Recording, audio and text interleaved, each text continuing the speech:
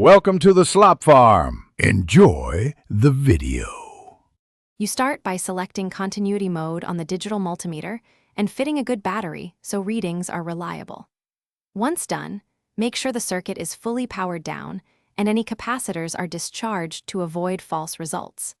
Connect the black probe to COM and the red probe to V/omega, then touch the probe tips together to confirm the meter beeps or shows near zero resistance. This initial check proves your tool works and establishes a baseline for the tests ahead. Now probe across the component or trace you want to test, applying steady contact to leads while supporting the PCB if needed. If continuity is present, you'll hear a beep or see a low ohm reading. If not, the meter will show open or OL.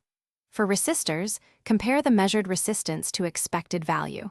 For semiconductors, use diode mode and look for a forward voltage drop. If readings are ambiguous, isolate the part by removing one leg or disconnecting one side to prevent parallel paths skewing. Finish by restoring components and reassembling the device, then power it up and verify normal operation while observing safety precautions. Make notes of any open circuits or anomalous measurements and plan replacements or repairs for parts that failed continuity.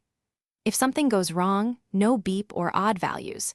First recheck probe contact and the meter battery, confirm you're in the correct mode, and test the meter on a known good conductor to rule out a faulty tool before deeper troubleshooting. Thanks for watching. Consider subscribing if we helped you today.